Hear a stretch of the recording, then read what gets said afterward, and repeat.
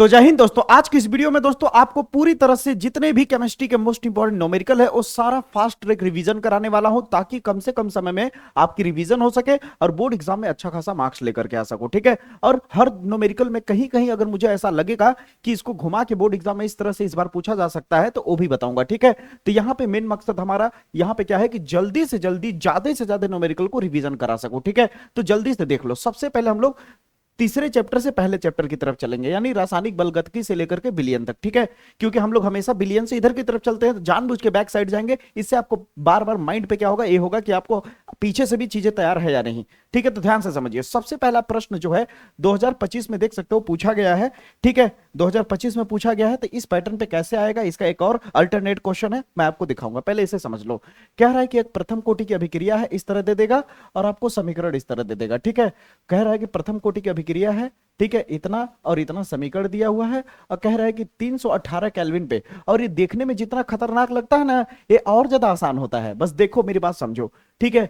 318 kelvin पर कह रहा है N2O5 की प्रारंभिक सांद्रता इतनी है। अब प्रारंभिक सांद्रता किसे कहते हैं, अब देखो भूलो मत तुम, अभी मैंने प्रूफ कराया था वीडियो में। ठीक है। कि ऊपर वाले को प्रारंभिक सांद्रता कहते हैं, और नीचे वाला जो होता है टी समय बाद जो चेंज हो चुका होता है सांद्रता। समझ आई मेरे बात है। सांद्रता में परिवर्तन, नीचे वाला सांद्रता में परिवर्तन जो कुछ समय बाद होता है। ध्यान से समझो। तो ये पता चल गया कि मुझे ऊपर का वैल्यू मिल चुका है। कहने का मतलब सीधे सीधे बिना घुमाए फिराए अगर बोलो तो ये जो वैल्यू है प्रारंभिक सांद्रता है। ठीक है।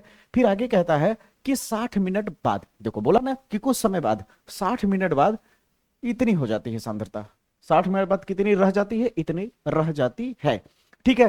तो इस स्थिति में वेग स्थिरांक की गणना कीजिए। इस स्थिति में वेग स्थिरांक की गणना कीजिए। अब मैं यहाँ कोई कैलकुलेट नहीं करूंगा, मैं डायरेक्ट आपको समझाते जाऊंगा। ठीक है। तो वेग स्थिरांक का फार्मूला के इक्वल टू क्या होता है, 2.303 बटे टी लॉग, ऊपर में क्या होता है ए, ऊपर में क्या होता है, ऊपर में होता है ए और नीचे में होता है ए माइनस एक्स, यही होता है ना। अब आप ध्यान से देखो, 3.303 है। अब टी की जगह पे कितना है, 60 मिनट है, लॉग बेस 10।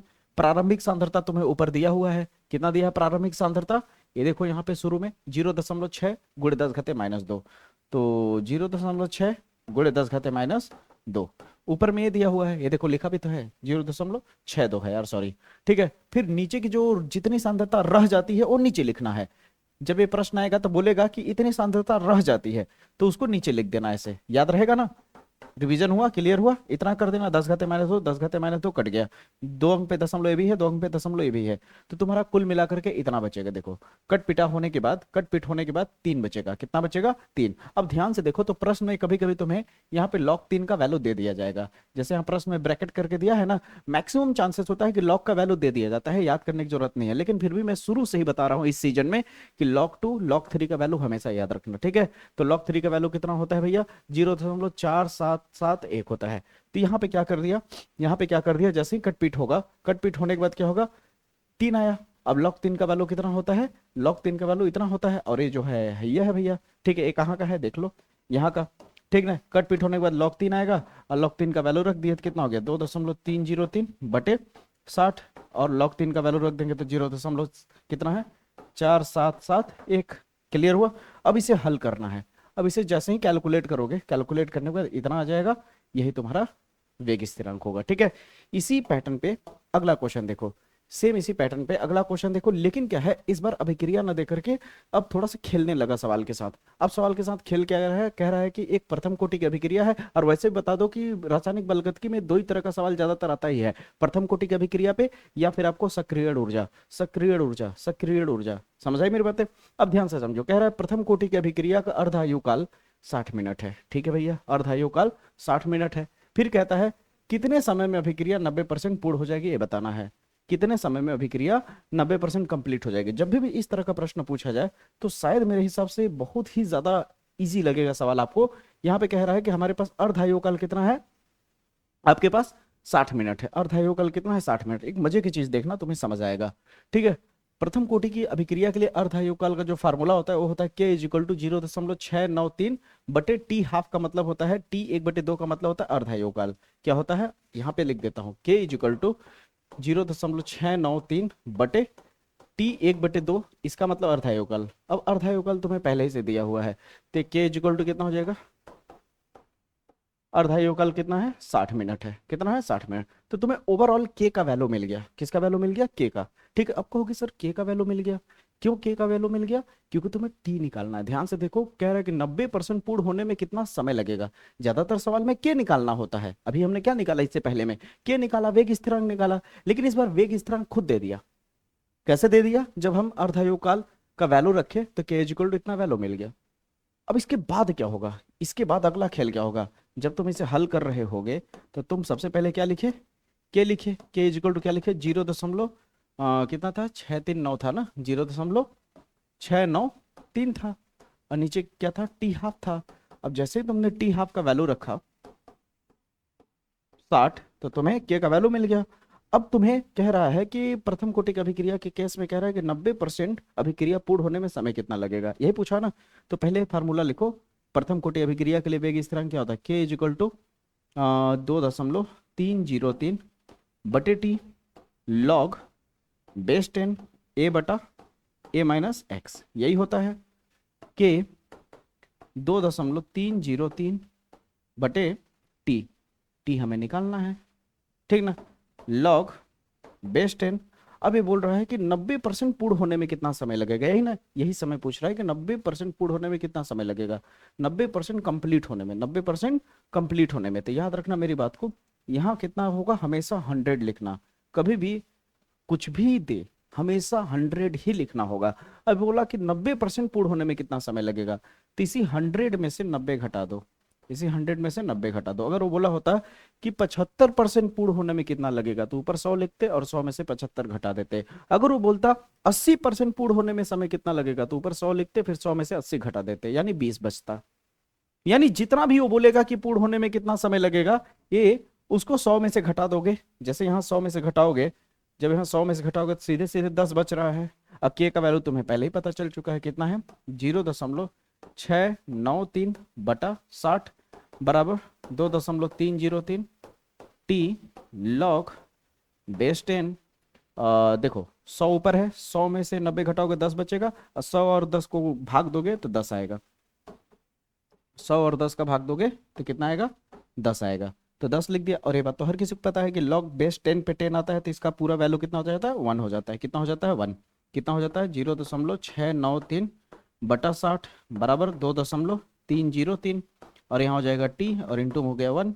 अब टी का वैल्यू निकालना है तो टी को अकेला कर दो, या फिर ऐसे पलट दो, ठीक ना। एक काम करते हैं, इसको पलट देते हैं, 60 बटा 0.693 बराबर टी ऊपर चला गया, ये भी पलटा, ठीक है। अब ये क्रॉस मल्टीप्लाई में इधर आ जाएगा, तो कितना हो जाएगा, 60 गुणे 2.303 बटा 0.693 बराबर टी। अब जो भी आंसर आएगा तुम्हारा मिनट में आएगा। अब क्यों मिनट में आएगा, क्योंकि तुम्हारा जो वैल्यू अर्धायु काल था वो मिनट में था, जो अर्धायु काल था वो मिनट में था। तो कट पिट होने के बाद देखो इतना ही आया ना जितना मैं लाया हूँ, कट पिट होने के 199.39 आएगा। 2026 में किसी न किसी सेट में चिपका देगा इस प्रश्न को। तो यहाँ पे कैलकुलेशन है, ये देख लो, ठीक ना। कहोगे तो इसका मैं क्या बोलते हैं, पीडीएफ भेज दूंगा तुम्हारे उस पर, ठीक है ना। रिवीजन, वैसे यहाँ रिवीजन कराना कोई जरूरत नहीं पड़ेगी वैसे पीडीएफ की, ठीक है। आगे बढ़ते हैं, अगले प्रश्न की तरफ चले। तो सवाल उसी पैटर्न पे है, लेकिन सवाल थोड़ा घुमा दिया। सवाल कह रहा है कि प्रथम कोटि की अभिक्रिया 10 मिनट में 20% पूर्ण हो जाती है। 10 मिनट में कितना पूर्ण हो जाती है, 20%, ठीक है। फिर आगे कहता है कि अभिकारक अभिक्रिया का 75% पूर्ण होने में कितना समय लगेगा। देख रहे हो कैसे खेल रहा है सवाल। इसमें 2 लेयर हो गया सवाल का, कितना लेयर हो गया, 2 लेयर। पहला लेयर ये है, यानी लेयर का मतलब होता है 2 केस। जब इसे सॉल्व करोगे तो लिख सकते हो केस फर्स्ट। केस फर्स्ट में क्या कह रहा है कि 10 मिनट में 20% अभिक्रिया पूर्ण होता है। तो प्रथम कोटि अभिक्रिया के लिए वेग स्थिरांक के इक्वल टू क्या होता है आपका, 2.303 बटा टी, ठीक है। और यहाँ पे क्या कर दो, लॉग बेस 10। और मैं जो बोल रहा हूँ उसे सुनो, यहाँ पे आराम से रिलैक्स होकर सुनो, यही फार्मूला है, क्लियर है। अभी कहना क्या चाह रहा है, कह रहा है कि 2.303 10 मिनट में, जब समय कितना होता है, 10 मिनट, जब समय 10 मिनट होता है, लिखा है ना, 10 मिनट में कितना अभिक्रिया पूर्ण हो जाती है, 20%। तो ऊपर में 20% दे, चाहे भाड़ में जाए कुछ हो, ऊपर में हर बार 100 रखेंगे, और 20% दिया है तो 100 में से 20 घटा देंगे, 100 में से क्या कर देंगे 20 घटा देंगे, तो क्या हो जाएगा k इज इक्वल टू, क्या हो जाएगा k इज इक्वल टू 2.303 बटे 10, और यहाँ पे log 100 और नीचे में 80, यहाँ बेस 10, 10 से 10 गया, ठीक ना। तो k इज इक्वल टू 2.303 बटे 10 log बेस 10, अब 10 और 8 बचा, 10 और 8 बचा, साफ साफ कट रहा है 2 के पहाड़े से, 2 पंचे 10, 2 चौके 8, यानी 5/4। यहाँ तक हो गया, इसको रोक दो यहीं पे, इसको यहीं पे रोक दो, ज़्यादा लंबा ले जाने की जरूरत नहीं है। अब हमारे पास केस नंबर 2 में क्या कह रहा है, केस नंबर 2 में बोल रहा है कि 75% कंप्लीट होने में कितना टाइम लेगा, यही पूछा ना केस नंबर 2 में, 75% कंप्लीट होने में कितना टाइम लेगा। तो 75% कंप्लीट होने में जो टाइम लेगा उसको देखो, ठीक ना। फिर से लिखना k is equal to, formula वही सेम रखना होगा, 2.303 बटा t बेस 10। हाँ ये है, एक काम चाहो तो कर सकते हो कि जैसे यहाँ t है तो t1 कह दिए, अलग अलग समय है तो यहाँ t2 कह दिया, ऐसा चल सकता है, ठीक ना, जब 2 केस देगा तो। अब देखो क्या कह रहा है, कह रहा है कि कोई एक ऐसा समय है, कोई एक ऐसा टाइम है जिस टाइम पे अभिक्रिया 75% पूर्ण हुई है, यानी ऊपर में 100 रहेगा, नीचे में 100 माइनस 75। अब खेल समझ गए होगे, k is equal to 2.303 t2, लेकिन वो समय नहीं पता है, समय निकालना है हमें। अब log बेस 10 है, log बेस 10 100 और 75, 100 बटे 75, 75 घटा दोगे 100 में से कितना बचेगा, 25 बचेगा ना, ठीक ना। तो क्या हो जाएगा 2.303 बाई t2 log बेस 10, काटोगे तो कितना बचेगा, 25 चौके 100, 4 बचेगा, कितना बचेगा भैया 4 बचेगा। अब मैं जो बोल रहा हूँ बड़ी गहराई से, बड़ा ध्यान से सुनोगे तो मजा आ जाएगा। ये क्या है, प्रथम कोटि की अभिक्रिया चल रही है, क्या चल रही है, प्रथम कोटि की अभिक्रिया। तो दोनों केस में इसका वेग स्थिरांक दोनों सेम है, तो यहाँ का वेग स्थिरांक हो चाहे यहाँ का वेग स्थिरांक हो, दोनों सेम है। तो k इज इक्वल टू यहाँ पे क्या मिला तुम्हें, इतना मिला, और k इज इक्वल टू यहाँ पे तुम्हें क्या मिला, इतना मिला, और ये भी k के बराबर है, ये भी k के बराबर है, ये भी k के बराबर है। और प्रथम कोटि अभिक्रिया के लिए वेग स्थिरांक क्या होता है, समान होता है। प्रथम कोटि अभिक्रिया के लिए क्या होता है, वेग स्थिरांक हर जगह पे समान होता है, वेग स्थिरांक हर जगह पे क्या होता है, समान होता है। तो हम इसको और इसको एक दूसरे के बराबर लिख सकते हैं नहीं, क्योंकि a कहाँ गया, इसको और इसको एक दूसरे के बराबर लिख सकते हैं, ठीक है। तो a और a आपस में बराबर आ जाएंगे, तो क्या हो जाएगा 2.303 बटे t2। जब भी प्रथम कोटि की अभिक्रिया में 2 केस इस तरह से दे, बोले कि क्या कहते हैं 50 मिनट में 80% अभिक्रिया कंप्लीट हो गई है, तो 95% अभिक्रिया कंप्लीट होने में कितना समय लगेगा। देखो मैं तुम्हें सिखा रहा हूँ कि कैसे कान पकड़ेगा उल्टा करके एग्जामिनर, ठीक ना। अब देखो बहुत बच्चे ऐसे भी होते हैं कि जैसे मैं सिखा तुमको भी हंसी लगेगा, देखना ना। जैसे मैं सिखा रहा हूँ ना, तो यहाँ 75% दिया ना, अगर 75% की जगह 80% दे देगा, तो कुछ इक्का दुक्का ऐसे भी बच्चे होते हैं, अरे यार सर जी जो बताया था वही बार नहीं किया यार समझ रहे हो, जबकि खेल समझ रहे हो ना, ये पढ़ने वाला बच्चा मेरी बात समझ पा रहा होगा कि थोड़ा सा तो घुमाएगा ना क्वेश्चन भाई। अगर आप इतना नहीं झेल पाओगे, इतना नहीं सह पाओगे, तो सीबीएसई के अगर बच्चे होते आप, तब तो सीबीएसई के जो टीचर पढ़ा रहा है उनका तो कपार फोड़ देते आप, क्योंकि सीबीएसई के जो बच्चे पढ़ाए हैं टीचर, उनका 10% मैच नहीं किया है। गजब क्वेश्चन जेई लेवल का पूछ दिया था, समझ रहे हो, सेट नंबर 3 में। उसको समझने में 3 घंटा लगेगा, पेपर अगर अच्छे से समझो, केवल एनालाइज करो तो 3 घंटे लग जाएंगे, ठीक है, कि क्वेश्चन क्या कह रहा है। अब आप ध्यान से देखो, बराबर इधर वाला बराबर हो जाएगा आपका, कितना हो जाएगा 2.303, और नीचे में 10, फिर क्या है लॉग बेस 5/4, यही है ना भैया। और यहाँ पे छूट गया यार, लॉग बेस 10 पे 4 है, ठीक है, थोड़ा बढ़िया से लिख देते हैं, लॉग बेस 10 4 बराबर। तो 2 केस जब भी देगा, तो पहला केस में जो खुद समय दिया रहता है कि 30 मिनट में 60% अभिक्रिया कंप्लीट हो गई है, तो वो वाला पहले लिखना केस 1 में, के बराबर करके। फिर जब वो वाला पूछे कि कितने समय में इतनी अभिक्रिया कंप्लीट होगी, तो केस नंबर 2 में इस तरह लिखना, फिर लिखते लिखते लिखते यहाँ तक पहुंचा देना, उसको भी लिखते लिखते यहाँ तक पहुंचा देना, हल मत करना, यहाँ तक छोड़ देना, यहाँ तक छोड़ देना। फिर तुम्हें पता है प्रथम कोटि अभिक्रिया में के और के दोनों के लिए सेम है, तो ए और ए क्या हो जाएगा, एक दूसरे के, इधर वाला एक दूसरे के बराबर दिखा देना। जब एक दूसरे के बराबर करोगे तो एकदम दबा के एकदम अच्छा खासा कटेगा, यहाँ पे अच्छा खासा लेयर कटेगा। यहाँ पे ध्यान से देखोगे तो देखो, यहाँ से गया, यहाँ से गया, सेम था कि नहीं, कटा कि नहीं। अब देखो यहाँ पे कुछ नहीं बचा तो क्या बचा, 1/T2 बचा, लॉग बेस 10 बचा 4 पे। क्लियर है, जैसे कह रहा हूँ सुनते जाओ। बराबर इधर क्या बचा, 1/10 बचा, तो 10 यहाँ जो नीचे इधर ले आओगे तो ये 1 से देखो तिरछा गुणा होता है ना, तिरछा ये इधर जाता है ना, ऐसे तिरछा उई उई ऐसे तिरछा गुणा होगा तो 10 का इधर कुछ कट के कुछ नहीं बचा तो 1 बचा, तो 10 का गुणा हो जाएगा तो 10 हो जाएगा यहाँ पे। अब यहाँ पे मात्र केवल तुम्हारे पास लॉग बेस 10 5/4 बचा है। ठीक है, तो अब देखो मैं जो कह रहा हूँ ध्यान से समझना। तो यहाँ पे क्या है, 10/T2 लॉग बेस 4। अब इसे ओपन करोगे तो क्या होगा, लॉग बेस 10 पे 5 माइनस लॉग बेस 10 पे 4। ऐसे कर सकते हो। अब कहोगे कैसे सर, किस तरह हुआ। देखो भैया, जब बटे में कोई चीज़ होता है तो उसे माइनस करके लिख सकते हो, बटे वाली चीज़ों को माइनस करके लिखा जा सकता है। ठीक है, कोई दिक्कत की बात नहीं है बाबू। ठीक है, यहाँ तक क्लियर हुआ। अब तुम्हें क्या करना है, log 4 का, log 5 का, log 4 का वैल्यू रख दे। अब कहोगे log 4 का वैल्यू कैसे आएगा, log 4 में क्या होगा, 2 को आगे भेज सकते हो। ठीक है, इसे 2 को आगे भेज के log 2 का वैल्यू यहाँ दिया होगा जहाँ तक के क्वेश्चन में। log 2 का वैल्यू देखो दिया है ना, log 2 का वैल्यू दिया है, पुटअप कर दोगे तुम्हारा आंसर आ जाएगा। पुटअप करने के बाद क्या हो जाएगा, आंसर आ जाएगा, कोई दिक्कत की बात नहीं है। अब समझ आए मेरी बातें, क्लियर हुआ भैया। तो इसे अब आगे हल कर दोगे, ठीक ना, हल करोगे फिर T2 को अकेला कर देना, आंसर आ जाएगा। T2 को अकेला करने के बाद आंसर आ जाएगा। ठीक है, चलो कहानी आगे लेके चलते। अगला प्रश्न है, ठीक है, थोड़ा सा देखना, कंप्रोमाइज करना भैया।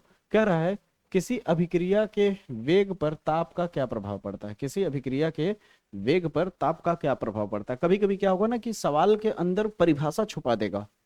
ऐसा भी क्वेश्चन देता है कि आपको क्या करेगा, ऊपर में छोटा सा परिभाषा रहेगा और नीचे में क्वेश्चन करेगा, तो हाँ बना देगा 5 नंबर का क्वेश्चन। और 2024 वाले को छोड़ना किसी कीमत पे नहीं है, क्योंकि 2024 2026 से डायरेक्टली कनेक्टेड है। ठीक है, किसी अभिक्रिया के वेग पर ताप का प्रभाव क्या पड़ता है।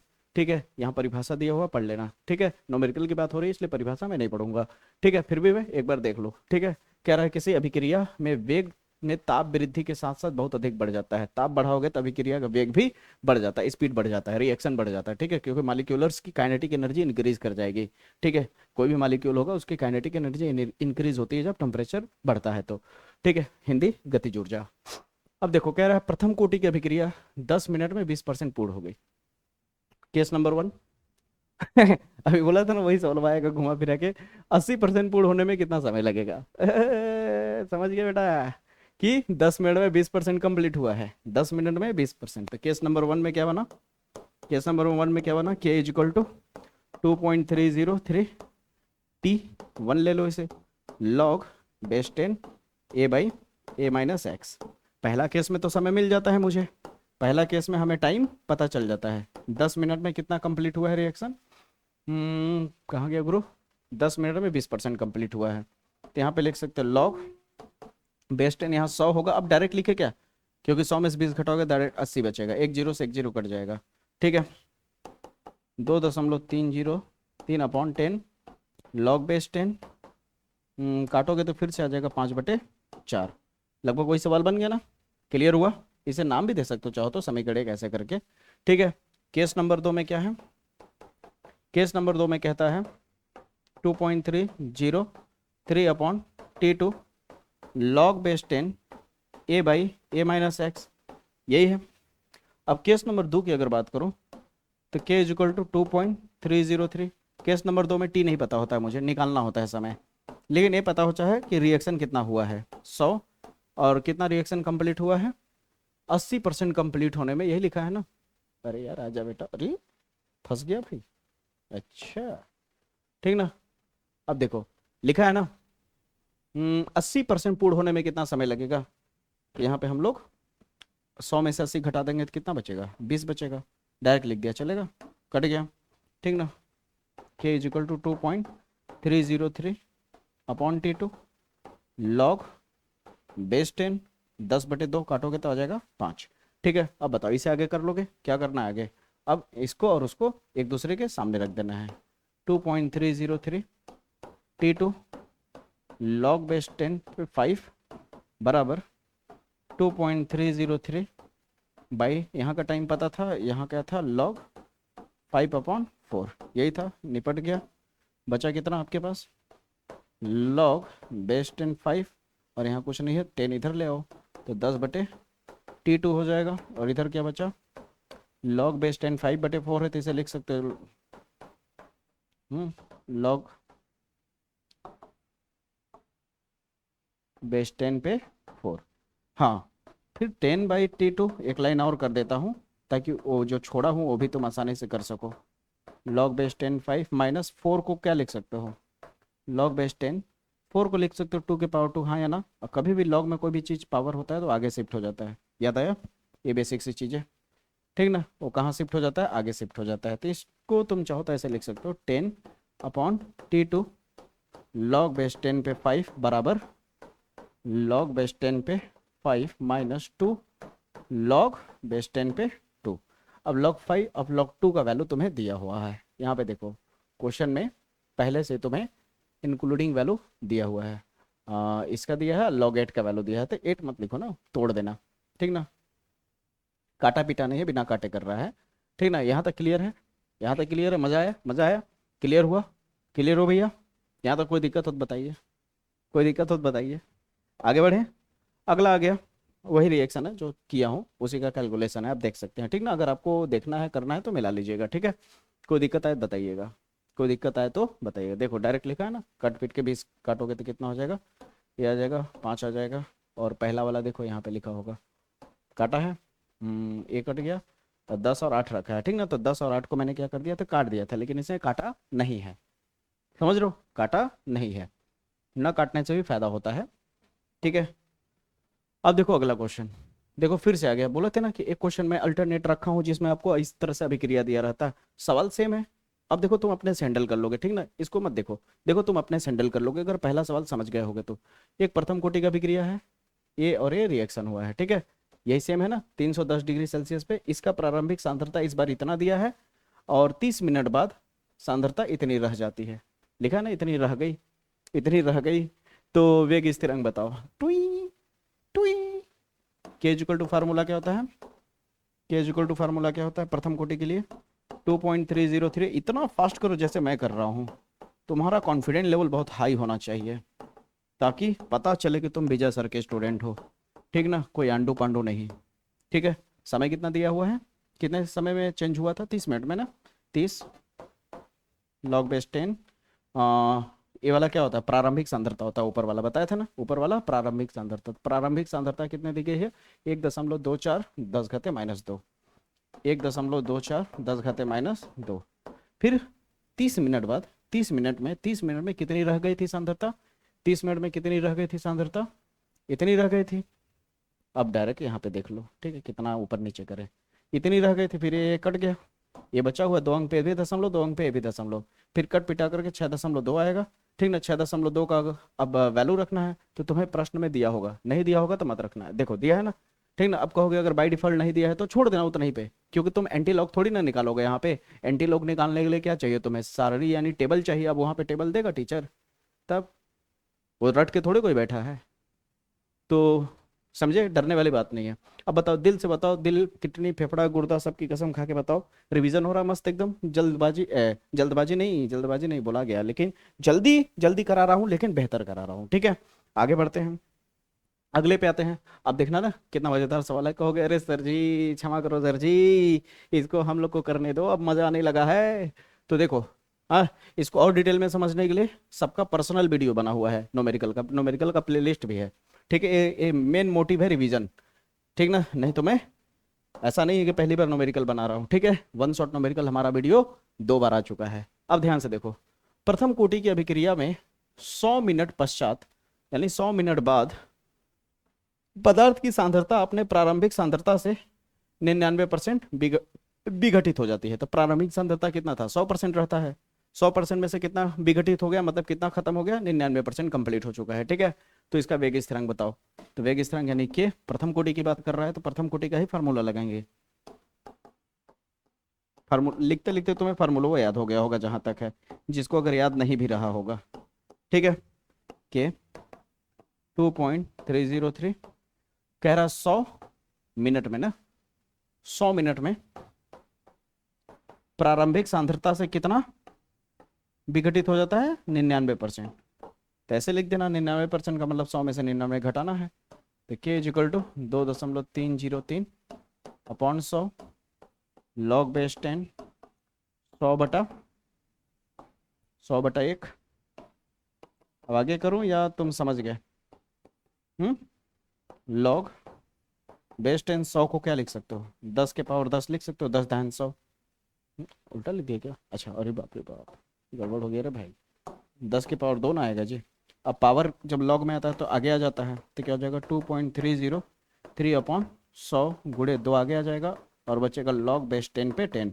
और आपको पता है, ये बात आपको पता होगा कि log बेस 10 पे 10 जब होगा तो वैल्यू क्या हो जाएगा, 1 हो जाएगा वहां तक का।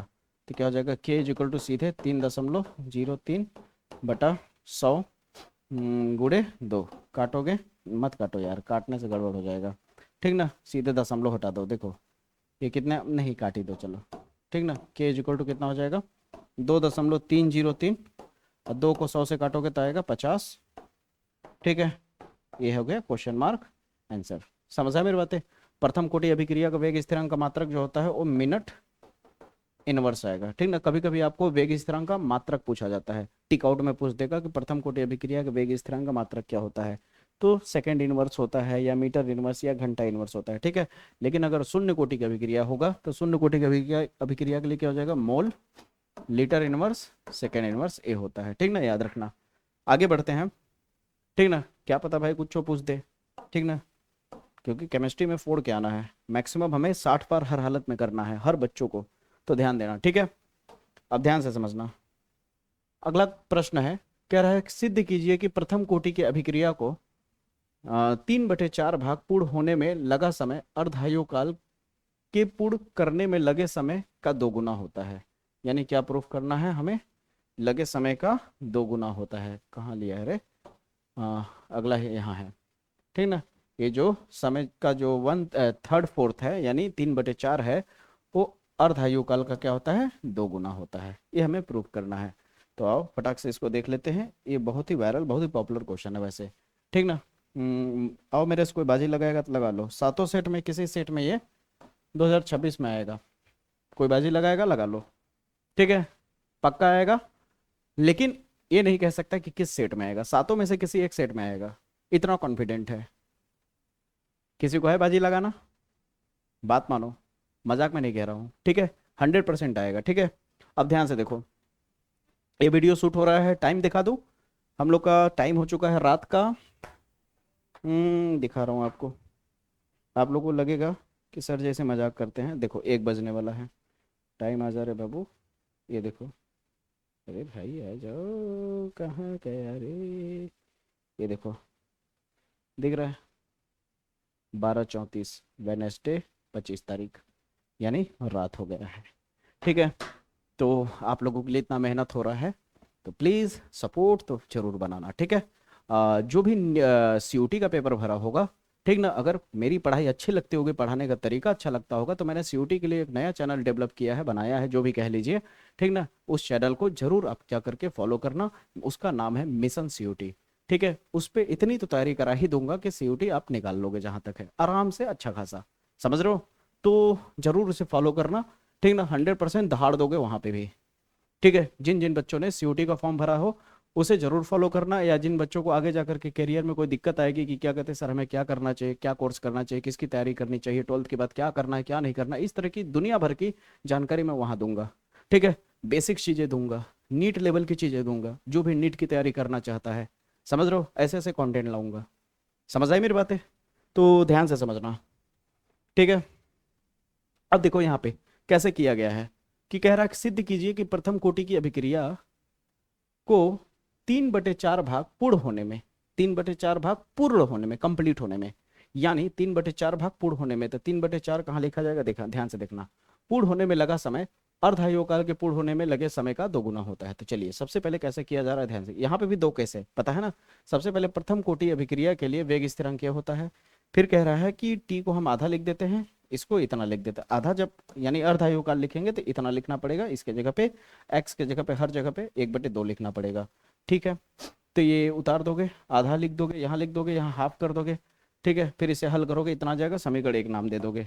उसी तरह जब इसके हिसाब से 3/4 हिस्से की हिसाब से, चलो दो केस हो रहा है ठीक ना, अर्धायुकाल वाला हो गया, अब 3/4 भाग वाला हो गया ठीक ना। 3/4 भाग को हम ऐसे टी समय को इतना लिख देते हैं।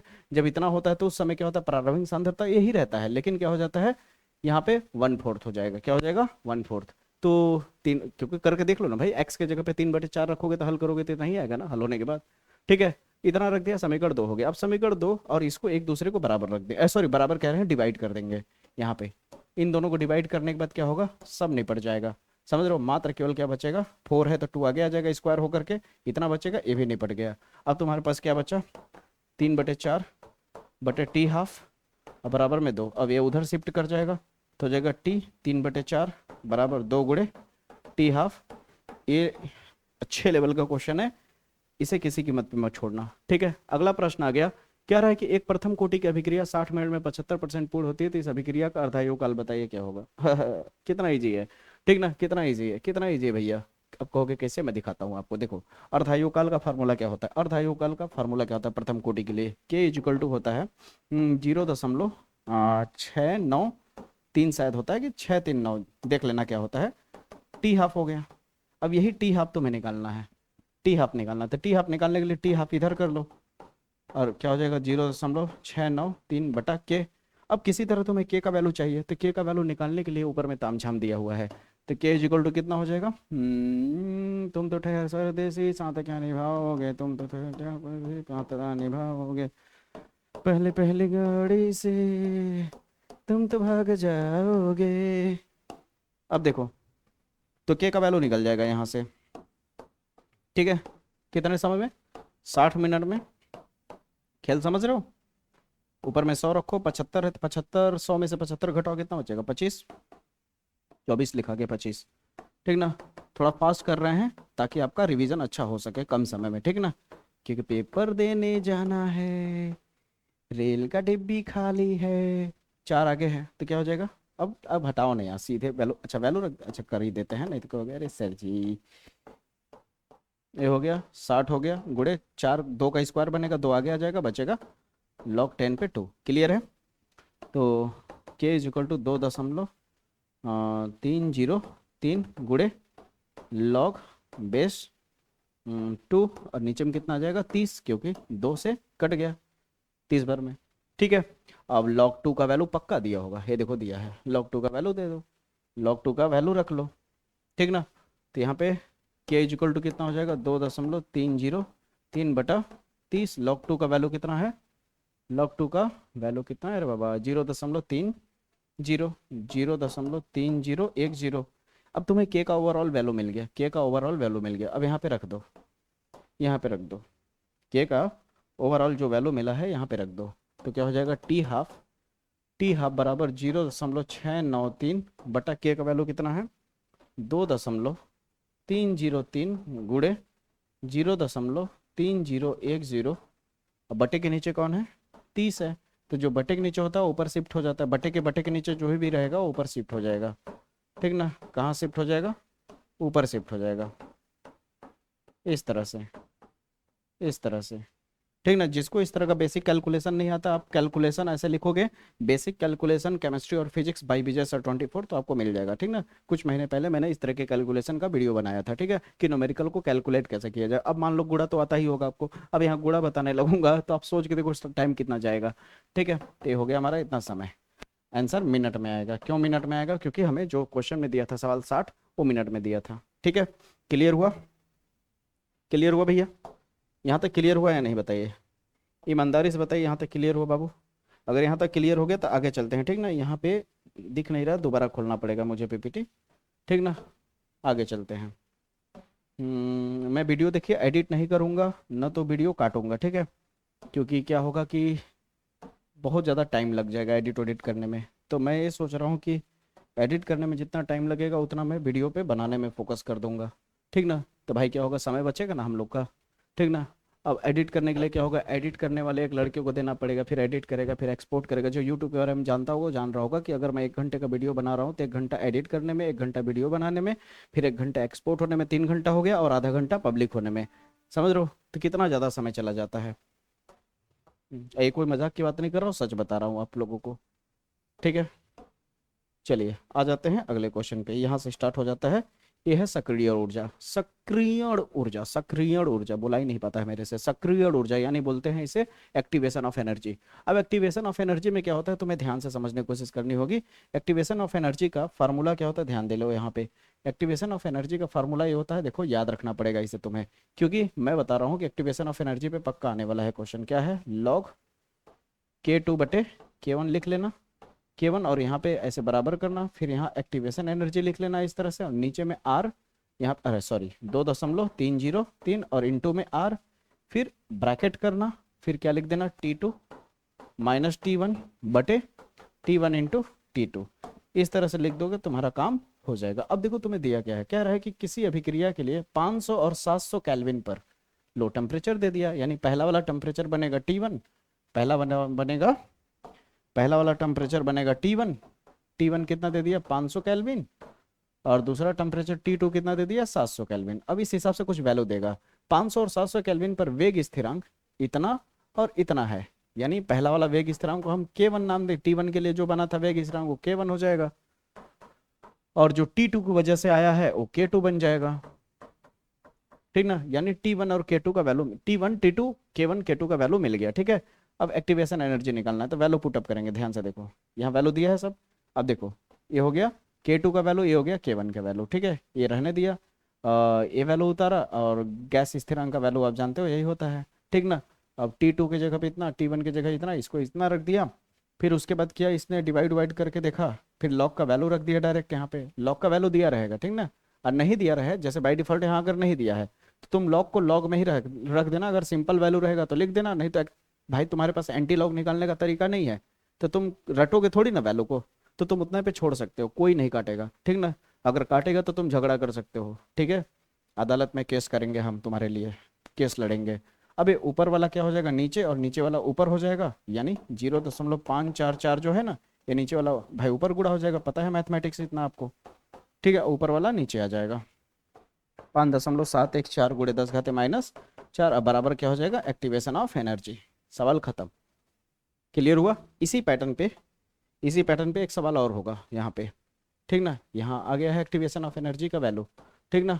एक और सवाल है, दिखा रहा हूँ आपको मैं, ये देखिए एक्टिवेशन ऑफ एनर्जी पे, ये भी 2024 का है। तो 2024 का छोड़ना नहीं है, 2026 से लिंक है, बता चुका कई बार मैं, ठीक है। सवाल वही है, पढ़ लीजिए यकीन ना हो तो, ठीक ना। वो भाषणबाजी लंबा किया है, लेकिन सवाल वही है। यहाँ पे 2 बार टेम्परेचर दिखेगा और 2 बार वेग स्थिरांक दिखेगा, इससे ज्यादा आपको कोई वैल्यू यहाँ से उठाने की जरूरत नहीं है, ठीक है। अगले क्वेश्चन की तरफ चले, तो अगला क्वेश्चन देखिए, ये है, ये आखिरी क्वेश्चन है, इसके बाद हम लोग इंटर कर जाएंगे कि इसमें विद्युत रसायन वाले में, ठीक है। तो एक क्वेश्चन यहाँ पे ध्यान से देखिए, कह रहा है कि एक रिएक्शन दिया है, इतना इतना इतना इतना, ठीक है। अब मैं यहाँ पे आपको साइड में लिख के दिखाता हूँ रिएक्शन लिखा कैसे जाता है। 2A + B 2C + 3D। कभी भी आपको इस तरह से वेग स्थिरांक के रूप में, वेग के रूप में अगर इसको लिखा जाए तो देखो A है ना, तो A को तुम लिखोगे dA/dt बराबर, B है ना तो क्या लिखोगे dB/dt, C है ना तो बराबर करके लिखोगे dC/dt, बराबर करके लिखोगे dD/dt। अब जो कह रहा हूं सुनो, 2 इंटू में है तो 1/2 लिखोगे, B के इंटू में कुछ नहीं रहने दो, 2 इंटू में है 1/2 लिखोगे, 3 इंटू में है 1/3 लिखोगे। अब बराबर के ये जो तीर है इधर की तरफ जो है ये अभिकारक है, अभिकारक की सांद्रता हमेशा कम होती है, तो कम को दर्शाने के लिए माइनस लगाया जाता है, और इधर की तरफ बढ़ती है इसलिए प्लस लगाया जाता है। वही बात यहाँ किया गया है, कोई दिक्कत नहीं। अब उसके बाद क्या है, कुछ वैल्यू दे दिया गया है, कह रहा है कि अभिक्रिया में ABCD के सांद्रता परिवर्तन की दर दी गई है पहला, ठीक ना। पर सांद्रता परिवर्तन की दर ज्ञात करना है, कब, जब C का सांद्रता परिवर्तन दर दिया हो, ठीक ना। C वाले का वैल्यू इतना दिया हो, ठीक है। तो किसका निकालना है, C का वैल्यू दिया हो तो किसका निकालना हो, ABD का सांद्रता परिवर्तन, ABD का सांद्रता परिवर्तन। तो हमें वैल्यू जो दिया गया है वो C का वैल्यू दिया गया है, किसका, सी वाले का, तो सी वाले का वैल्यू दिया है।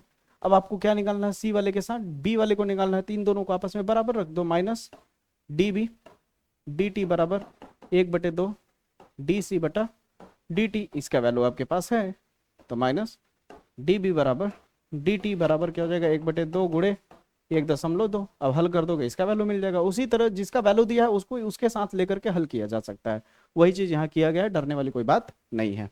ठीक है, आगे बढ़ते हैं, सेकेंड वाला भी वही है, आगे बढ़ते हैं।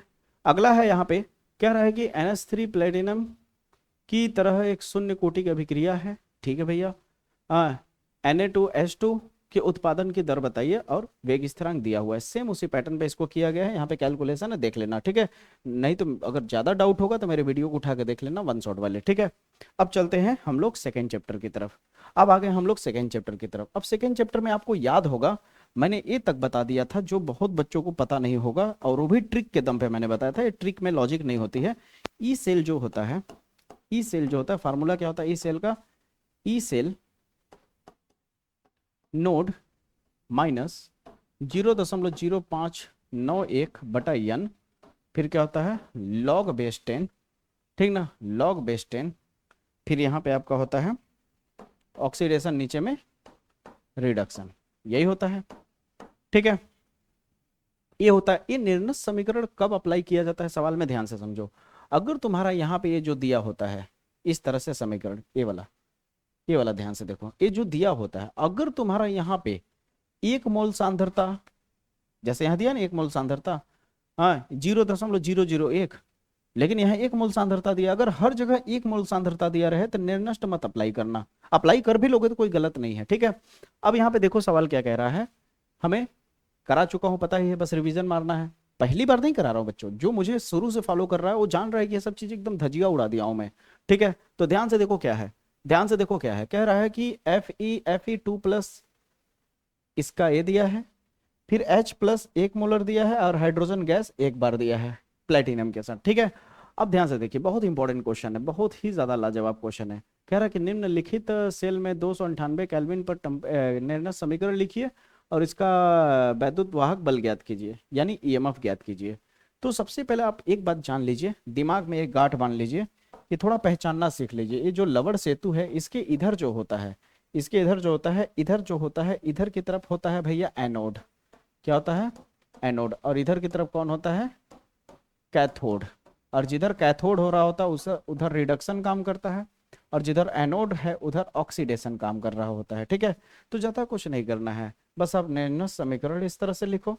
लिखने के बाद क्या है, यहाँ पे आप देख सकते हो जिस हिसाब से चार्जेस दिया हुआ है 2+, 1+, इस तरह से, तो इससे पता चल जाता है कि 2 इलेक्ट्रॉनों का हेरा फेरी हो रहा है, 2 इलेक्ट्रॉन का लेन देन हो रहा है। तो n का वैल्यू जो होता है इलेक्ट्रॉनों की संख्या होती है। ठीक है, और ये ऊपर वाला ये सब जो लिखा है, अगर आप कंफ्यूज हो, लिखने में डर लगे या दिक्कत हो, तो आप ज्यादा कुछ मत करना, ऊपर में आप ऑक्सीडेशन लिखना, नीचे में रिडक्शन लिखना, और ऑक्सीकरण वाले वैल्यू को ऊपर में रख देना। और हाँ, ये कहोगे कि पावर कहाँ से आ गया, तो देखो इसको उठाया गया है, इस वाले को, ठीक ना। तो H के बगल में 2 है ना, तो 2 पावर में चला जाएगा, नहीं होता तो नहीं जाता। ठीक है, खास करके प्रश्न देख लो। अब इसके वैल्यू की अगर बात करें पुट ऑफ करने की, तो कैसे रखा जाएगा, ध्यान से देखो। ई सेल का वैल्यू 0.44 है। अब कहाँ है भैया, दिखा दूं आपको, यहाँ दिया हुआ है, ठीक ना, इतना दिया हुआ है, माइनस में रख दिए। ठीक है, अब रही बात इसे हल करने की, तो यहाँ पे हल करके ला लिया गया है, यहाँ पे वैल्यू रख करके दिख रहा है ऊपर में और 1 नीचे में। क्योंकि 1 क्यों रखे हैं भैया, क्योंकि रिडक्शन हो रहा है, रिडक्शन वाला नीचे रहेगा, तो इसे हल करोगे तो आंसर आ जाएगा। ठीक है, अगले प्रश्न की तरफ चले, तो अगला प्रश्न अगर देखो तो मोलर चालकता पे है। किस पे भैया, मोलर चालकता पे। तो मोलर चालकता पे कराई दिया हूँ, आपको याद ही होगा, ठीक ना। तो यहाँ पे क्या दिया है, एक बार फटाक से देख लिया जाए। कह रहा है कि 0.05 मोल पर लीटर NaOH। अब मोल पर लीटर जब भी दे दे, मोल पर लीटर जब भी दे दे, तो समझ लेना वो सांद्रता है, यानी सांद्रता यानी C है। और मोलर चालकता का फार्मूला क्या होता है, capital lambda is equal to होता है कापा इंटू 1000 बटे यम, भी कई जगह लिखा होता है सांद्रता को, और कई जगह C भी लिखा होता है। मैं कराते दौरान C लिखता हूँ ज्यादातर, क्या लिखता हूँ, C फॉर कंसंट्रेशन यानी सांद्रता। अब ध्यान से देखो, सांद्रता हमें यानी C का वैल्यू मिल गया, अब हमें किसी तरह कापा चाहिए। जैसे ही कापा मिल जाएगा तो हमें क्या मिल जाएगा, हमें मोलर चालकता पता चल जाएगा। लेकिन मोलर चालकता के साथ साथ प्रतिरोधकता यानी रो निकालना है, और चालकता यानी आपको कापा निकालना है। चलो देख लेते हैं कैसे निकलेगा। तो सबसे पहले हमारे पास जो जो चीजें हैं यहाँ पे साइड में मैं आपको दिखा देता हूँ, ध्यान दीजिएगा। सी हमें दिया हुआ है 0.05, ठीक है। फिर आगे कहता है कि एक कॉलम है, कॉलम का मतलब जो होता है ना, इस तरह से कंटेनर में जो दो ठो इलेक्ट्रोड डाला जाता है, याद है ना, भूल गए कि याद है, याद है ना, इस तरह से दो इलेक्ट्रोड डाला जाता है। तो उस कॉलम की व्यास यानी जो मोटाई है ना गोले में, इसका डायामीटर, यानी व्यास दिया है, 2 सेंटीमीटर। तो व्यास को किस में बदलोगे, त्रिज्या में बदलोगे, तो व्यास को त्रिज्या में बदल दोगे, ठीक ना। तो आपको व्यास कितना दिया है, व्यास दिया है डी आपको 2 सेंटीमीटर, ठीक है। तो व्यास को बदलोगे त्रिज्या में, तो त्रिज्या में बदलने के लिए क्या करोगे, व्यास का हाफ किया जाता है, डायमीटर का हाफ किया जाता है। 2 का हाफ करोगे तो कितना हो जाएगा, 1 आ जाएगा। कितना आ जाएगा, 1 आ जाएगा। समझ आई मेरी बात है, कितना आ जाएगा भैया, 1 आ जाएगा। फिर आगे कहता है कि वो जो कॉलम है, कॉलम, इस कॉलम की लंबाई कितनी है, यल दिया गया है 100 सेंटीमीटर, ठीक है भैया। फिर आगे कहता है कि कॉलम का वैद्युत प्रतिरोध जो दिया है 5.5 गुणे 10⁻³ ओम दिया है। प्रतिरोध यानी कैपिटल आर, रेजिस्टेंस जो रुकावट पैदा करता है करंट बहने से, ठीक ना। ए हो गया। अब इससे ज्यादा आपके पास कोई वैल्यू नहीं है। तो सबसे पहले हमें कापा निकालना पड़ेगा। तो कापा तक पहुंचने से पहले हमें रो चाहिए, क्यों, क्योंकि कापा का फार्मूला क्या होता है, देखो 3 लेयर में फार्मूला बटा है, हमें यहां तक पहुंचना है। देखो बात समझने की कोशिश करो, हमें मेन मकसद हमारा है ये निकालना, ठीक है। अगर देखा जाए तो सी हमें पता है, कापा नहीं पता है। तो कापा जब तक नहीं निकलेगा तब तक हम मोलर चालकता नहीं निकाल पाएंगे। ये क्या है हमारा, मोलर चालकता। इसको कैसे घुमा फिरा के पूछेगा वो भी दिखाऊंगा आपको। तो कापा हमें निकालना पड़ेगा। तो कापा निकालने के लिए फार्मूला होता है 1/रो। अब रो क्या है, रो क्या है, रो कहां से आएगा, रो तो दिया नहीं है। तो रो निकालने के लिए फार्मूला होता है RA/L, ये फार्मूला होता है। अब रो होता है आपका प्रतिरोधकता, और कापा जो होता है आपका वो होता है चालकता। अगर ध्यान से देखा जाए तो तीनों चीज आराम से निकल जाएगा। अब हमें वैल्यू अवेलेबल है। तो रो निकालने के लिए हमें क्या चाहिए, आर चाहिए। तो आर का वैल्यू दिया है 5.55 गुणे 10⁻⁻, यहाँ पे देख सकते हैं इतना दिया गया है, तो यहाँ पे वैल्यू रख दिया। फिर क्या चाहिए, ए का वैल्यू। तो क्षेत्रफल, अब क्षेत्रफल ना देखे त्रिज्या दिया गया है। तो कॉलम इस तरह से है गोल आकार में, तो इसका व्यास दिया है, तो व्यास का आधा कर दिया तो त्रिज्या पता चल गया। तो इसका क्षेत्रफल निकालेंगे। तो वृत्त का क्षेत्रफल क्या होता है, πr² होता है। क्या होता है, πr² होता है। तो पाई का वैल्यू होता है 3.14, और आर हमें यहाँ पे निकला है, देखो आर निकाला है ना 1। तो 1 और 1 का स्क्वायर, तो 1 का स्क्वायर कुछ फर्क पड़ेगा नहीं ना, तो ये जितना है उतना ही रहेगा। तो हमें पता चल गया कि क्षेत्रफल इतना होगा सेंटीमीटर स्क्वायर। अगर इसको सेंटीमीटर स्क्वायर को मीटर में बदलोगे तो 10⁻⁻4 लगा दोगे। सेंटीमीटर स्क्वायर को मीटर स्क्वायर में बदलने के लिए 10⁻⁻4 लगाया जाता है, ठीक है, 10⁻⁻4 लगाया जाता है। अब 100 सेंटीमीटर को मीटर में बदलोगे तो 1 मीटर हो जाएगा। अब देखो वैल्यू पुटअप किया जा रहा है। तो आर तो निकालना नहीं, हमें क्या निकालना है, रो निकालना है। तो आर का वैल्यू इतना हो गया, यहाँ पे देखो किया गया है, ठीक ना। ये वैल्यू देके फॉर्मेलिटी किया गया है, मेन मकसद यहाँ से है, यहाँ से यहाँ पे पकड़ो, ठीक ना। आर का वैल्यू इतना है, ए का वैल्यू निकल चुका, यल है 100, ठीक ना। वैसे जानकारी के लिए बता दूं कि यहाँ पे आप 100 लिखोगे तो आंसर सेंटीमीटर में आएगा, और 1 लिख दोगे तो किस में आ जाएगा, ये मीटर में, ठीक है। कट पिटा होने के बाद इतना आ गया। अब ये जो निकला ये आपका क्या था, आपका प्रतिरोधकता। तो 3 चीज पूछा था, तो प्रतिरोधकता निकल गया। चालकता निकालने के लिए क्या होगा, 1/ प्रतिरोध रखना पड़ेगा, प्रतिरोधकता। यहाँ पे लिखा हो ना फार्मूला, ये देखिए। तो आपको इसको बटे के नीचे रखना होगा। जैसे ही बटे के नीचे रखोगे यानी 1/174.27 जैसे ही रखोगे, हल करने के बाद आपको रो मिल जाएगा। क्या मिल जाएगा, रो मिल जाएगा। हल होने के बाद क्या मिल जाएगा, रो मिल जाएगा। अब रो मिल गया इतना। अब मोलर चालकता का फार्मूला होता है कापा इंटू 1000/c। कापा अब मिल चुका, चालकता तो रख दिया गया। ये हो गया आपका आंसर।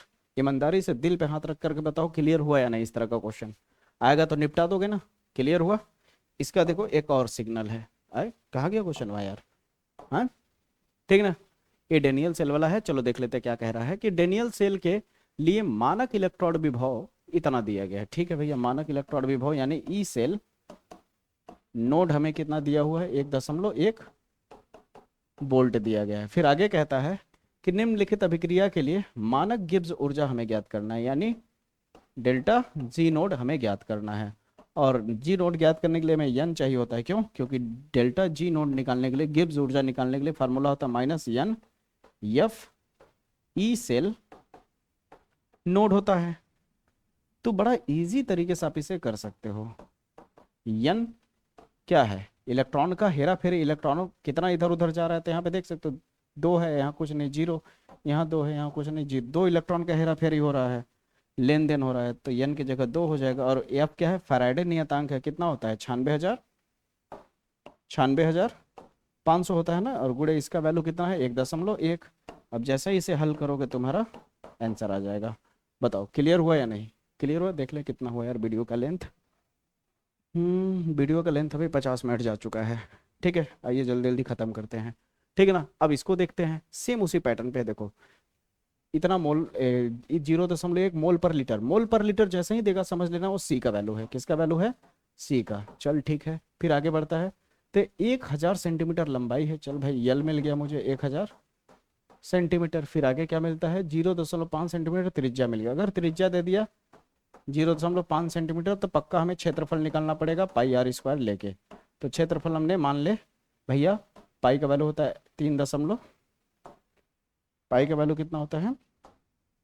3.14, और गुणे आर कितना दिया है? 0.5 का स्क्वायर कर देंगे तो ए का वैल्यू मिल जाएगा क्वेश्चन मार्क, मान ले थोड़ी देर के लिए क्वेश्चन मार्क है, ठीक है। अब इतना दिया है, आगे कुछ और दिया है क्या? विद्युत प्रतिरोध दिया है, प्रतिरोध यानी आर। आर कितना दिया है भैया? 5 × 10⁻3। अब आगे मैं बोलूं या समझ गए? यहाँ वहां 3 चीज पूछा था, यहाँ 1 चीज पूछा है, फिर भी मेरी मजबूरी है कुछ दोनों को निकालना ही पड़ेगा, क्योंकि हमें मोलर चालकता का फार्मूला क्या होता है? मोलर चालकता का होता है कापा इंटू 1000 बटे सी। तो सी तो है, कापा निकालने के लिए मुझे क्या चाहिए? कापा निकालने के लिए मुझे क्या चाहिए गुरु? 1/रो चाहिए। और रो निकालने के लिए हमें क्या चाहिए? आर ए बटा यल चाहिए। समझ रहे हो? मजेदार है भाई, ये सब चीजें एकदम मजा आ जाएगा। और 2026 में पक्का आएगा, क्योंकि 2026 का जो उत्तर प्रदेश के द्वारा, जो यूपी बोर्ड के द्वारा जो मॉडल पेपर जारी किया जाता है, समझ रहे हो ना, तो उस मॉडल पेपर में खुद था मोलर चालकता वाला, समझ रहे हो ना। आगे बढ़े तो फिर एक मोलर चालकता पे है, तो इसे होमवर्क समझ लो। देखो 2024 में पूछा गया, 2025 में भी पूछा गया है, बहुत अच्छे लेवल का क्वेश्चन है, तो कर पाओगे ना? कोई दिक्कत? कोई दिक्कत नहीं, ठीक ना। देख लो एकदम इजी तरीके से है ये, तो और आसान है। अब कहोगे कैसे आसान है सर? जो पीछे का बताया ना वो और महंगा क्वेश्चन है, यानी बड़ा क्वेश्चन है। ये जो है आसान है, बल्कि क्योंकि इसमें तुम्हें बहुत तामझाम करने की जरूरत नहीं पड़ती। अच्छा चलो दिखाई देता हूँ। देखो कह रहे हैं कि मोलर चालकता समझाइए क्या होता है। तो मोलर चालकता किसे कहते हैं? अगर पूछ दिया कि मोलर चालकता क्या होता है, तो बोलना कि जो प्रतिरोधकता होता है, उस प्रतिरोधकता को हम लोग क्या कहते हैं? विशिष्ट प्रतिरोध भी कहते हैं, ठीक ना। तो विशिष्ट प्रतिरोध का अनुपात ही मोलर चालकता कहलाता है। विशिष्ट प्रतिरोध, देखो मोलर चालकता, ठीक ना। नहीं नहीं नहीं नहीं, वो तो ये हो गया ना। नहीं नहीं, मोलर चालकता यहाँ पे उल्टा हो जाएगा, तो यहाँ दिया है परिभाषा, पढ़ लेना, ठीक है।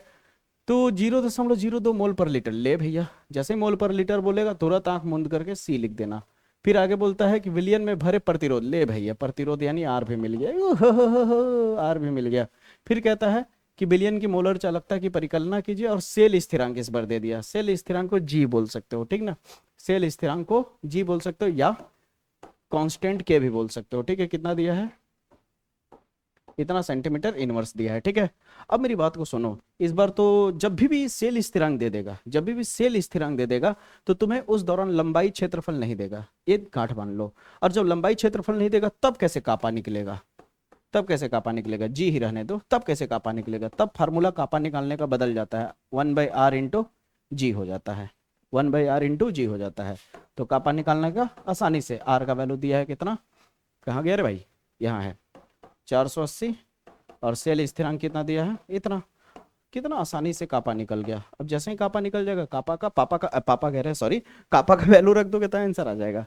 हाँ, जैसे ही कापा निकला, निकल गया कापा। अब अरे कापा रे, पापा नहीं, इसका कापा का वैल्यू रख दिए, ये रख दिए। मोलर चालकता, सॉरी मोल पर लीटर दिया ना, सांद्रता। देखो इस बार सांद्रता यम डाल दिया, इसीलिए बच्चा कंफ्यूज हो जाता है। भाई बुक वाले को भी समझना चाहिए ना यार, कि एक चीज का इस्तेमाल करे, या तो सी इस्तेमाल करे या तो यम इस्तेमाल करे। सी समझ लेना, ठीक है। आगे बढ़े, अगले क्वेश्चन पे आ रहे हैं। ये आ गया फिर से गिब्स ऊर्जा निकालने वाला, तो इसे आप देख लोगे आसानी से, देख लोगे ना भैया।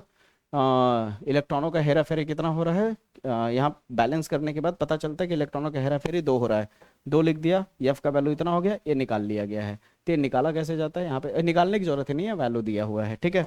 आगे बढ़ते हैं, अगले क्वेश्चन पे आते हैं। तो देखो फैराडे का जो 2 नियम होता है, ठीक ना, फैराडे का दोनों नियम पता है ना, बता चुका हूँ। फैराडे का दोनों नियम होता है, उस पर क्या कहते हैं, पूछा जाता है। तो यहाँ पे देखो क्या पूछा गया है, कह रहा है कि कॉपर सल्फेट विलयन को 1 एम्पियर की धारा से, लो भैया करंट दे दिया, करंट यानी आई, तुरंत समझ लो, करंट आई 1 एम्पियर दिया गया है, धारा से 90 सेकेंड, लो भाई टाइम दे दिया 900 सेकेंड, कितना 900 सेकेंड तक विद्युत अपघटनी किया जाता है। तो कैथोड पर निक्षेपित कॉपर का द्रव्यमान बताइए कितना होगा। इसका मतलब भी बहुत नहीं समझ पाए होंगे, समझा देता हूँ क्या कहना चाह रहा है। देखो इस तरह से है ना, तो जो भी रॉड है, हाँ कॉपर सल्फेट का विलयन है, कॉपर सल्फेट का विलयन है, तो जब इसमें करंट प्रवाहित होगा ना, इस तरह से करंट लगा रहता है, 2 ठो रहता है इस तरह से, तो करंट जब बहना शुरू होता है तो कॉपर ब्रेक होकर के कॉपर एक जगह जाके चिपकने लगता है। कॉपर जो होगा बिलियन, कॉपर का पूरा बिलियन है, बहुत सारा कॉपर जाके इकट्ठा होने लगेगा। और कह रहा है कि वो जो धारा प्रवाहित की गई थी वो लगभग 900 सेकेंड तक की गई थी, तो उसकी वजह से जितना कॉपर यहाँ पे डिस्ट्रीब्यूट कह रहे हैं सॉरी, जितना कॉपर यहाँ पे जाकर के इकट्ठा हुआ है, इस कॉपर का वजन कितना है ये बताओ। वजन यानी मास पूछ रहा है, अब खेल समझ आ गया होगा, ठीक है ना। तो सवाल समझ लेते हैं थोड़ा। तो यहाँ पे कॉपर सल्फेट में कॉपर में इलेक्ट्रॉनों का हेरा फेरी 2 का हो रहा है, तो यानी एन का वैल्यू कितना होगा, 2 होगा, भूलना मत, ठीक है। सबसे पहला काम क्या होगा, हम आवेश निकाल लेते हैं। तो देखो आवेश इज इक्वल टू क्या होता है, आई इंटू टी होता है, ये बात पता है। आई और टी का वैल्यू दिया हुआ है, रख दोगे तो आपको कितना आ जाएगा, इतना ही मिल जाएगा आवेश, ठीक है।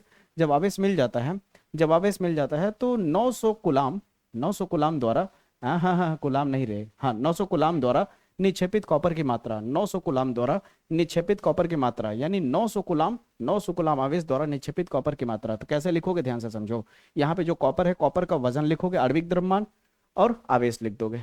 फिर से रिपीट कर रहा हूँ, 900 कुलाम जो आवेश है उसको लिखोगे, और कॉपर है तो कॉपर का आणविक द्रव्यमान 63 होता, 63 लिख दोगे, बटे करोगे, नीचे यन होगा, यानी कुल मिलाकर के यहाँ पे मोलर मास इंटू चार्ज बटे यन इंटू एफ, ये फार्मूला बन पा रहा है। ध्यान से देखो तो ये हो गया यम के जगह पे आणविक द्रव्यमान, ये हो गया आवेश, ये हो गया 2, और ये हो गया फैराडे कांस्टेंट। जैसे ही रखोगे हल करने के बाद आंसर आ जाएगा। तो अगले क्वेश्चन की तरफ चलते हैं। ये तो आपका निर्नष्ट वाले पे है, इसे आप होमवर्क समझ लो, ठीक है, कर लोगे ना भैया, ठीक ना। ये वाला जो वैल्यू है जिस पे उंगली रखा हूँ, ये बटे के ऊपर रखना, और ये वाला जो वैल्यू है बटे के नीचे रखना, ठीक है। हल करने के बाद ये आ जाएगा इतना, ठीक है, एक बार देख लेना। आगे बढ़ते हैं, अगला क्वेश्चन है कि किसी ठोस के 1.2 ग्राम को इतने सेंटीमीटर क्यूब जलीय विलयन में घोला गया, 300 केल्विन पर विलयन का परासरण दाब इतना हो जाता है, तो ठोस का मोलर द्रव्यमान बताइए क्या होगा। ये सवाल है, यानी परासरण दाब पे क्वेश्चन है। तो मैं परासरण दाब का पहले फार्मूला समझाना चाहूंगा। परासरण दाब पाई इज इक्वल टू क्या होता है आपका, CRT होता है, CRT होता है। तो पाई इज इक्वल टू क्या हो जाएगा, सी का वैल्यू क्या होता है, यन बटे भी बता चुका हूँ ना कई बार। यन क्या है, मोलों की संख्या किसके, विलेय पदार्थ को। तो इस यन को हटा के हम क्या लिख सकते हैं, सीधे सीधे W बटे यम लिख सकते हैं, और बटे भी लिख सकते हैं, बराबर इंटू RT, ठीक है। तो overall pi is equal to हो जाएगा तुम्हारा, यम नीचे आ जाएगा, तो क्या हो जाएगा, यम इंटू भी RT हो जाएगा। तो देखो ये फार्मूला बना ना। अब हमें यम निकालना है यहाँ पे सवाल में। यम का मतलब होता है मोलर द्रव्यमान या फिर आणविक द्रव्यमान, ठीक है। तो क्या क्या दिया है पहले देख लेते हैं। तो कह रहा है कि एक ठोस दिया है इतना ग्राम, ठीक है, तो भाई इतना ग्राम दे दिया, ठीक है। फिर कहता है कि 200 सेंटीमीटर क्यू लग गया, इसका मतलब आयतन हो गया, भी दे दिया, ठीक ना, लीटर में बदल सकते हो। फिर कहता है कि 300 केल्विन टेम्परेचर है, चल भाई टेम्परेचर दे दिया, यहाँ तक कि परासरण दाब दे दिया, आर तो जानवा करते हो फिक्स रहता है वैल्यू। अब तुम यहाँ पे इन सब वैल्यू को रखोगे जब, तो यम अकेला कर लो। अब ऐसे डायरेक्ट लिखा है यहाँ पे तो तुम नहीं समझ पाओगे, लेकिन ये जो मैं किया हूँ यहाँ से समझ पाओगे। यम को अकेला कर लो, यम इधर भेज दो, पाई नीचे आ जाएगा, तो यम इज इक्वल टू WRT, और नीचे हो जाएगा पाई इंटू भी। अब देखो तुम्हें अच्छे से दिखेगा, वही है ना। तो WRT पाई भी का वैल्यू रख दो, आंसर आ जाएगा। क्लियर हुआ, तो क्वेश्चन भूलोगे नहीं ना। तो परासरण दाब पे यहाँ पे 1/2 गुणांक पे, अरे यार परासरण दाब का और सवाल लिया था यार क्वेश्चन में, ठीक ना, कहाँ चला गया सला, ठीक ना। तो यहाँ पे अब 1/2 गुणांक याद करना है, तो इसे वाला भी देख लेना 1/2 गुणांक वाला, इस 1/2 गुणांक को भी एक बार रिपीट कर लो, ठीक है। कह रहा है कि NaCl का 0.1 विलियन ग्लूकोज को 7.2 विलियन के समपरासी विलियन में डाल। अब समपरासी क्या होता है बताया था अभी लॉन्ग वाले में, जिसका दोनों का पराशर दाब बराबर हो। देखो यहाँ पे बराबर कर देगा किसी एक हिस्से पे, कहाँ गया यहाँ पे देखो, ठीक ना, इसका पराशर दाब और इसका पराशर दाब एक जगह पे लाके बराबर कर देगा, ठीक है। लेकिन उससे पहले कुछ निकालना होगा। और कह रहा है कि 1/2 गुणांक क्या होगा। सबसे पहले देखो कि यहाँ पे क्या है कि 100 मिलीलीटर आयतन लिया गया है, ठीक है। इसको 0 इतना लिख सकते हो। NaCl का विलियन कितना है, इतना है, ठीक है। मोलर द्रव्यमान कितना हो जाएगा, NaCl का निकाल के देख लो, आणविक द्रव्यमान Na एक बार है 23 होगा, प्लस Cl एक बार है, Cl का कितना होगा 35.5 होगा। हल करने पे इतना आ जाएगा, तो n निकालोगे तो इतना आ जाएगा मोलों की संख्या, ठीक है। NaCl के मोलों की संख्या हो गई। चल भाई इतना पता चल गया। पराशर दाब क्या होगा, पाई भी इजिकल टू NiRT हो जाएगा, ठीक है। NiRT, अच्छा समझा दो कैसे। पाई इजिकल टू अभी मैंने बताया था कि N/V/RT होता है। तो जब 1/2 गुणांक बोला जाता है तो बस I का मल्टीप्लाई हो जाता है, बाकी फार्मूला एकदम एज इट इज रहता है। तो अगर भी को इधर भेज दोगे तो पाई भी होगा, NiNRT होगा। n का वैल्यू पता है, निकाल चुके हैं, ये देखो। R हमेशा फिक्स रहता है, टेम्परेचर दिया ही है यहाँ पे, टेम्परेचर नहीं दिया है ना, शायद टेम्परेचर ऐसे ही रहेगा, ठीक है। तो यहाँ पे वैल्यू पुटअप कर दिया गया, देखो I को ऐसे ही रहने दिया गया, ठीक ना। ध्यान से समझने की कोशिश करो। इसका वैल्यू इतना कर दिया, RT इतना कर दिया, ठीक है, n का वैल्यू रख करके। अब मैं जो बोल रहा हूँ उसे बड़ा गहराई से बड़ा ध्यान से सुनना, ठीक है। अब भी को उधर भेज दिया है नीचे, इसलिए भी का मान यहाँ पे दिख रहा है, ठीक है। अब इसे हल करने के बाद इतना आया, ठीक है, I फिर इंटू इतना फिर RT। अब उसी तरह सेम ग्लूकोज के लिए किया गया, और ग्लूकोज के लिए इतना आया, ठीक है, ग्लूकोज के लिए इतना आया। फिर इन दोनों को एक दूसरे के बराबर कर दिया, इसका वैल्यू यहाँ, इसका वैल्यू यहाँ, RT से RT कट गया, फिर ये वैल्यू नीचे चला गया, I का वैल्यू आ गया। तो ये क्वेश्चन एक बार देख लेना, 2024 में पूछा गया था, 2026 में आ सकता है, इसीलिए मैं इस क्वेश्चन को लेके आया था, ठीक है। अगले क्वेश्चन की तरफ चले तो आ गया आपका दोस्तों हिमांक में अवनमन, हिमांक में अवनमन, और इस तरह से आपका हिमांक में अवनमन। उसी तरह क्वथनांक में उन्नयन भी आएगा, क्वथनांक में उन्नयन, क्वथनांक में उन्नयन। फिर उसके बाद क्या कहते हैं, कुल पराशर दाब निकालना, कुल पराशर दाब निकालना, ठीक है। फिर इसके बाद क्या आ जाएगा आपका, क्या कहते हैं, मोल अंश निकालना। क्या निकालना भैया, मोल अंश निकालना। अब इसके बाद यही मेरा चैनल है, ठीक ना, मिशन COT। देख लीजिए कितना नॉर्मल सा सब्सक्राइबर कम सा है, तो प्लीज़ इस पर ज़्यादा से ज़्यादा सपोर्ट बनाइए। और मैं एम रखता हूँ 2 दिन, यानी आपके केमिस्ट्री का पेपर जब देने जाएंगे, तो केमिस्ट्री के पेपर देने जाने से पहले पूरी तरह से एम रखता हूँ, और मेरी बात मानेंगे आप लोग कि इसे 10,000 तक जरूर पहुँचा दीजिए, 10 के सब्सक्राइबर तक जरूर पहुँचा के अपना सपोर्ट जरूर दिखाइए, ठीक है। क्योंकि ये आप ही लोगों के लिए मेहनत करूंगा इस पर, ठीक है, COT की तैयारी कराने के लिए, ठीक ना। अच्छा से अच्छा कंटेंट लाऊंगा, अच्छा नहीं आएगा तो आप अनसब्सक्राइब कर देना, ठीक है। लेकिन प्लीज सपोर्ट करो इसे, ठीक है, भरोसा रखो कि अच्छा खासा कंटेंट आएगा, ठीक है। तो यहाँ तक समझ आ गया। अब आपको होगी कि सर ये मोलर चालकता, सॉरी, क्वथनांक उन्नयन और ये हिमांक का अनुमान, ये सब हटा के दिए, ये सब कई बार बता चुका हूँ मैं, ठीक है, कई बार बता चुका हूँ। बस यहाँ दिखाने के लिए लाया था कि एक बार इसे देख लो, रिवाइज मार लेना फटाक से, ठीक है। अगर आप चाह रहे हो कि नहीं सर हम नहीं देखे हैं, नहीं सीखे हैं, तो क्या करो कि प्लेलिस्ट में जा करके तुम ऐसे वीडियो भगा भगा के देख लेना। जिस जगह पे इसको समझाना शुरू करूंगा उस जगह पे रोक देना वीडियो को, ठीक है, उस जगह पे रोक के सीखने लगना, ठीक है, उस जगह पे रोक के सीखने लगा। ये वाला पे किसी कीमत पे मत छोड़ना। 3 फार्मूला है, एक ए और एक ए वाला, ठीक ना, ए वाला। अगर ये सब छोड़ दिए तो निश्चित है एग्जाम में जब आओगे बाहर तो पछताओगे। अब अगर देख के लग रहा है कि बड़ा कठिन है तो एक बार प्लीज जाकर के आप देख लेना। अगर देखे हो तो, वैसे जहां तक अनुमान है मैक्सिमम बच्चे देख चुके होंगे न्यूमेरिकल, ठीक है, नहीं देखे होगे तो जरूर देखना, ठीक है। तो उम्मीद करता हूं कम से कम समय में कोशिश किया कि मैं पूरी ही बुक का न्यूमेरिकल आपको रिवाइज करा दूं।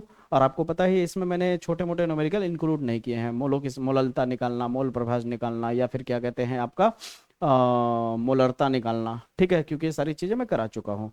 तो आप जरूर अगर जो भी आपको डाउट लगे, वैसे डाउट होगा नहीं, अगर बाय डिफॉल्ट डाउट है तो आप जाकर के न्यूमेरिकल वाले प्लेलिस्ट में जाना, अपने मनपसंद का वीडियो उठाना, क्योंकि तीनों चैप्टर का अलग अलग भी बनाया हूं मैं, पता ही होगा आपको। बिलियन का अलग है न्यूमेरिकल, विद्युत रसायन का अलग न्यूमेरिकल है, रासायनिक बलगतिकी का अलग न्यूमेरिकल है, ठीक है, तो आप उठा करके देख सकते हो। विद्युत रसायन वाले में आपको ये बिलियन का है, तो बिलियन वाले में आपको ये मिल जाएगा, बिलियन वाले चैप्टर को उठाओगे तो। ठीक है, तो उम्मीद करता हूँ आपको चीजें एकदम अच्छी लगी होगी, रिवीजन हो गया होगा।